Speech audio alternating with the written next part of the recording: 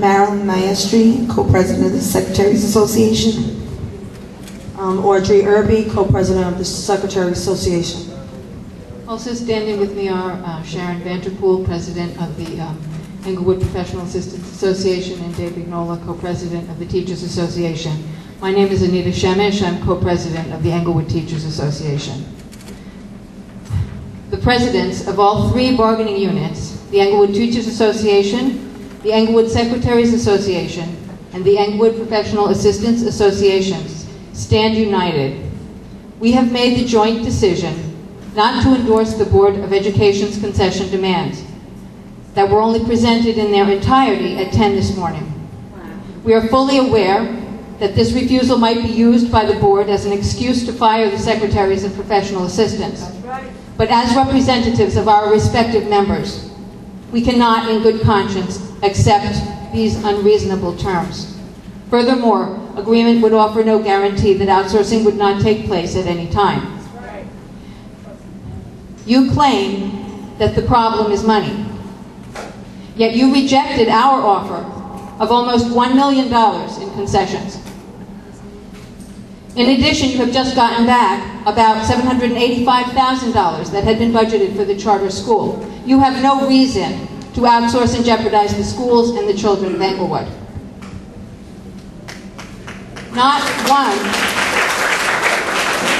one of our associations is willing to let you use the Englewood Teachers Association as a scapegoat to justify your actions to outsource.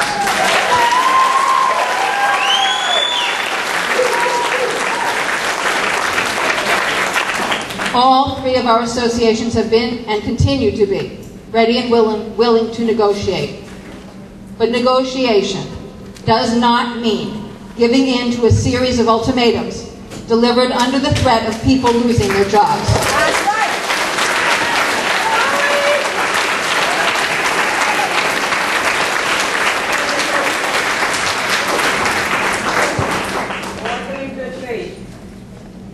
I'd also like to take this opportunity to welcome Mr. Vince Giordano.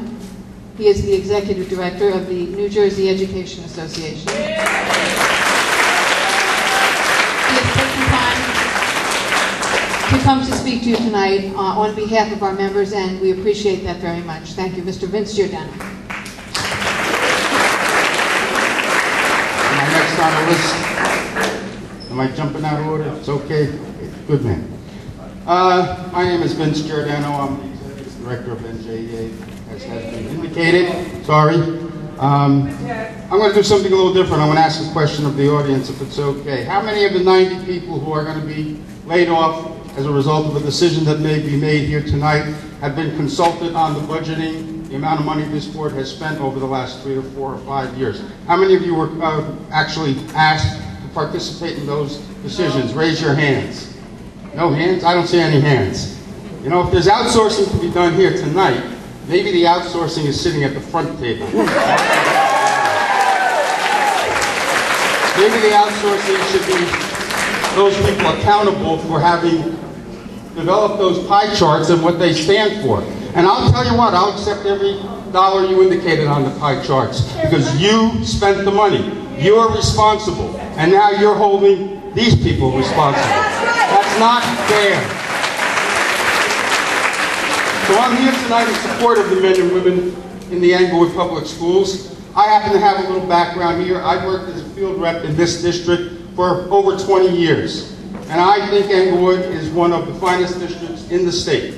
You have a district where you have taken diversity, people of great wealth and other people of near poverty, people of all walks of life, people of all religious and ethnic backgrounds and racial backgrounds, and you have melded them, the people in this room have melded them into a community that should be a model for our state. And you are breaking that pledge to the people of this community by taking the people seated here behind me and saying, we have done some things with this budget that have caused us to put that pie chart up there, and we are going to hold you responsible for it. You're going to give us the money to take care of it.